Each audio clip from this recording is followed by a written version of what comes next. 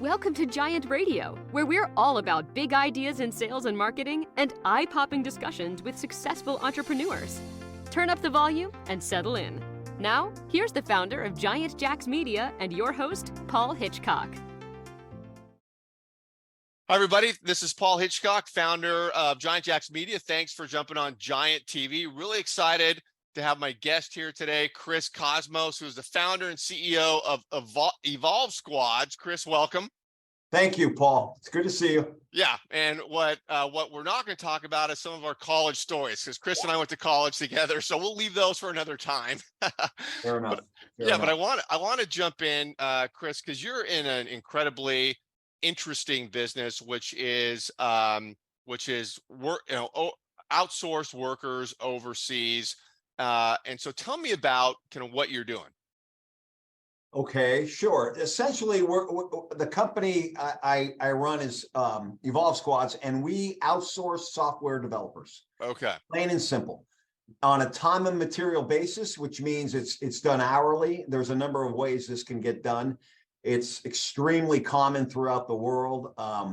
Most folks that have an IT department with any size at all have an option to outsource their development, and now they can frankly do it all over the world, and they do. And there's primary regions in the world that are more popular with outsourcing. India has been doing it for years in terms of software development. Yeah. Latin America is becoming extremely popular, mainly because of the time zones. Eastern Europe has been very popular as well. So those three regions, which make up much of the world, we have opportunities to work with folks in those regions to help. Chris, yeah, awesome. Let me ask you, so software development as a niche in an industry, is that continuing to explode? Are companies needing to continue to hire those people? Is it a big growth area?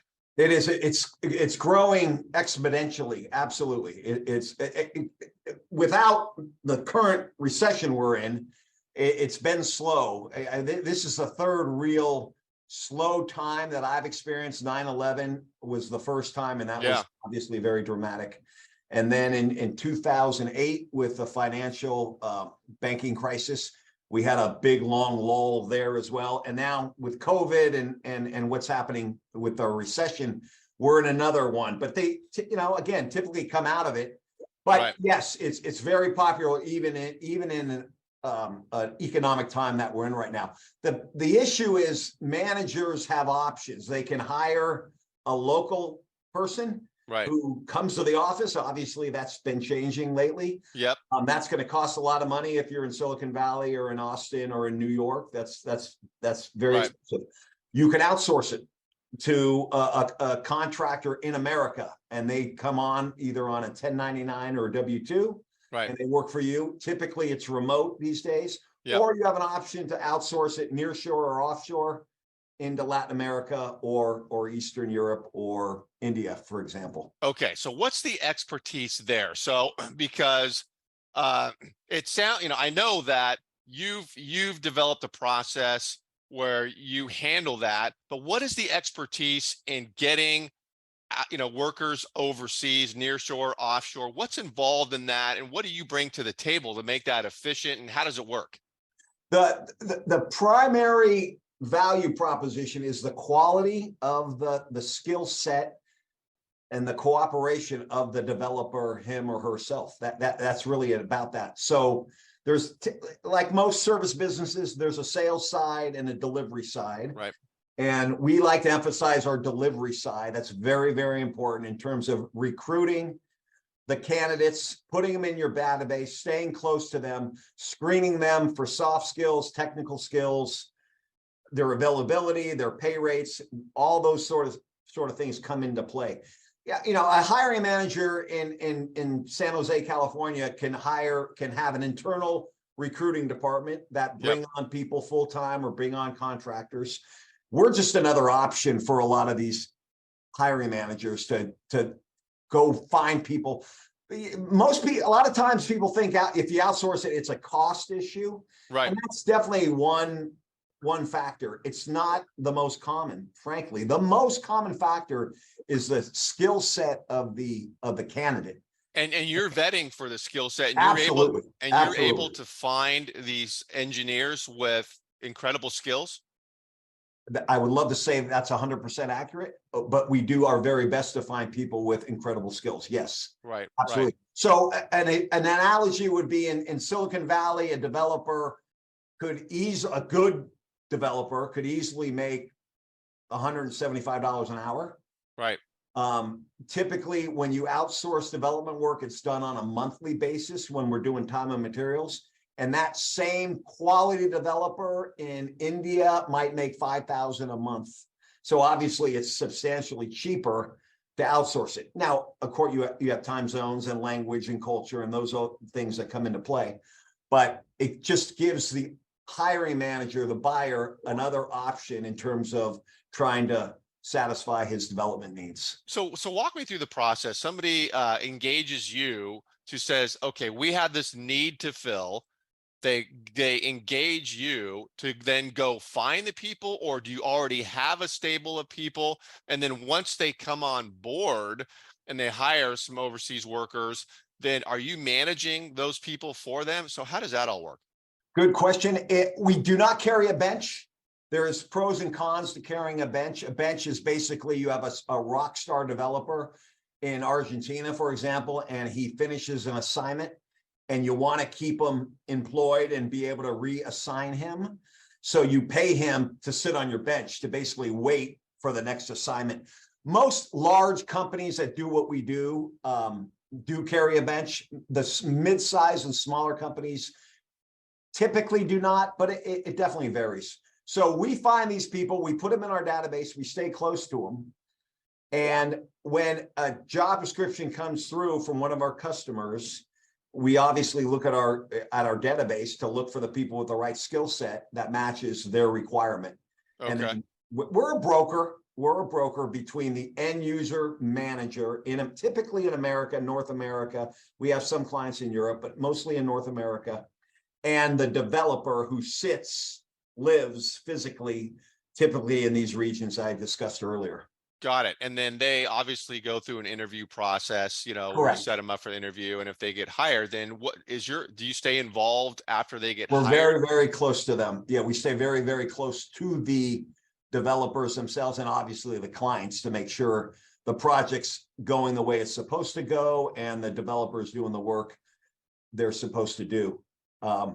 We do not, when you asked earlier about managing them, we stay close to them, but typically they work under the umbrella of the manager, and because we augment their team essentially. So a manager might have 5 developers and a project manager in America, but they need to get more work done. More work's coming in.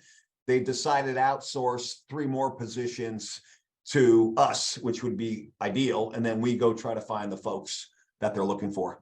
Got it. Okay. And then you've got a team at your company that is out there vetting people, getting to know these people, qualifying them and so forth.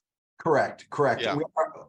Our company is internally, we have 35 employees.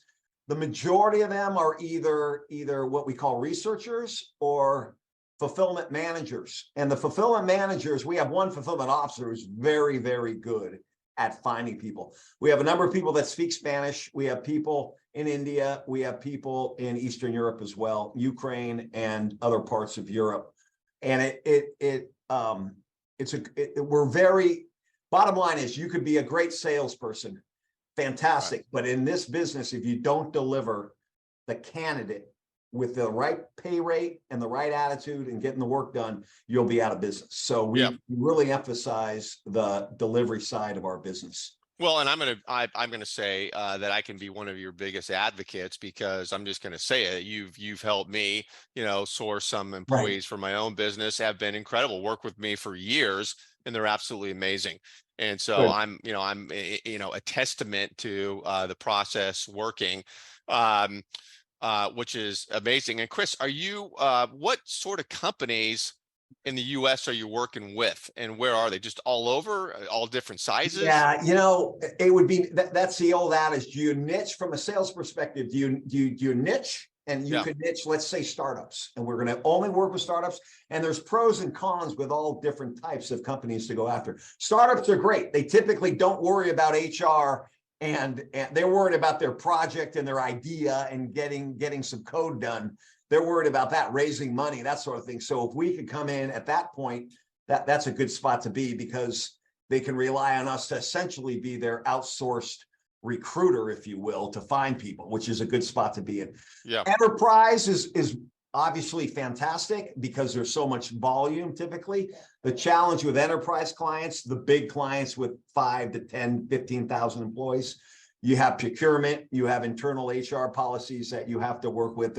Typically it takes longer to get on their vendor list and get your MSA approved and whatnot. That's a long, when I say long, we're typically it's several months, if not years, that it takes. And then mid-sized clients are in the middle is probably our sweet spot, where they don't have a procurement department yet.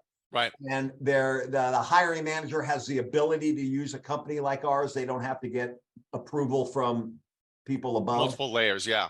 Yeah. Multiple layers. That always slows things down. So it's a mix. We have enough sales folks to go after different parts. So it's, when you get a small company that's just a startup, you kind of go like this and like, here we go, this will be it. But there's risk, because if the startup goes south, then you're out of luck. You still need to pay your developer. Yeah. So what happens if somebody gets interested in learning more about you and your business and your process? Do you get on a Zoom with them and kind of walk through what you do? Do you have an initial sort of consultation? Like, how do you work it when you're getting to know a company and their needs? That's right. Right. We bifurcated our sales process many years ago. And so what we do, we have a number of folks around the world that are essentially cold calling. And they're cold calling on a very qualified list of companies that we would like to engage with and the hiring managers. And it's tough business, because everybody in the world is doing that. Everybody who's listening to this video is probably getting calls right now, cold calls trying to sell from somebody, from around the world. Yeah. So it's messy, and you really have to do a good job differentiating yourself, which is difficult to do. Yeah. From the cold call. Once they want to have a call and learn more about our situation, either I get on, my partner, who's the president of the company, he'll get on with our sales rep, and we'll have a discussion. Why are you talking to us? What's going on in your company? Try to qualify where their pain points are. And they typically have pain points. Hey, we're working with a firm right now and they're charging too much, or we're working with a firm and the quality of the developer is not strong enough. There's a lot of funny business that we try to hear and overcome and deal with. So get them on the call. Then we do a deep dive on their technical need, what they need. Typically it's a team of people and they need this, that, and the other. And frankly, I'm not a technical guy. So I step back and my partner comes in, he's on the call and he's very technical, and we drill down interview process, best way to communicate, start date, pay rate, bill rate, all those different things come into play during that call, ideally during that initial call. Yeah. And I know you and I have talked offline a bit about your model, and what I thought was attractive is it's completely open door policy on how you bill and fees and all of that, because it can get a little bit kind of gray area in the industry, but you're just, you're open door. It is, in my opinion, a very big factor. It's a touchy subject, because I have a lot of friends over the years that do what I do, and the word we use is transparent. So essentially, there's a bill rate, a pay rate. Okay, so the pay rate is what the developer will make. A good developer in Argentina, for example, let's say it's $6,000. We'll turn around and charge a month. A month. Yeah, this is done. It's interesting. In America, staff augmentation is typically hourly. And if you don't work, you don't get paid. Christmas Day, you're not going to get paid. Whatever, when you take time off, it's hourly, and it's billed hourly. With time and materials, outsourcing, nearshore, offshore, Latin America or offshore, it's typically monthly. We don't do projects. Projects are deliverables where they pay you money to deliver some software. we stay away from that. We're more of the time and materials. It's monthly. Yeah. So the transparency part comes in. There's a pay rate and the bill rate, and the pay rate is $5. The bill rate would be $7,500, for example. Right. And everybody knows it up front. Right. Okay? Right. So we want to give the client the opportunity to say, this guy and gal is making 5,000, and I'm going to interview someone else making 4,500. They're going to know our margin. Everything is transparent, and that's fairly unique to the industry. Most people do not share the pay rate. They'll say this guy is going to cost you 8,000. Yeah. We don't know if that person is making 2,000 and the margin 6, or if he's making, and so customers, most of our customers appreciate that. We're in business. We all need to make money. We all need to feel good about the opportunity, but we want to be ethical and fair and love it. Yeah, absolutely. Transparent as well. No, great. Great stuff, Chris. And I want to tell everybody here that wherever you're watching this, because we stream these events everywhere, LinkedIn, YouTube, Facebook, wherever you're watching it, Chris's information is going to be around this video. Maybe it's up here or down here, and you'll be able to find him. If you want to learn more, get with Chris one-on-one. I know Chris would be happy to have a discussion with anybody, and I want to continue to have you back on, track some progress here. Chris, you and I will stay in touch, but I, want to thank you for coming on. Great stuff. Paul, it was great. Good to see you. Yeah, you too. All right. Talk to you soon. Take care.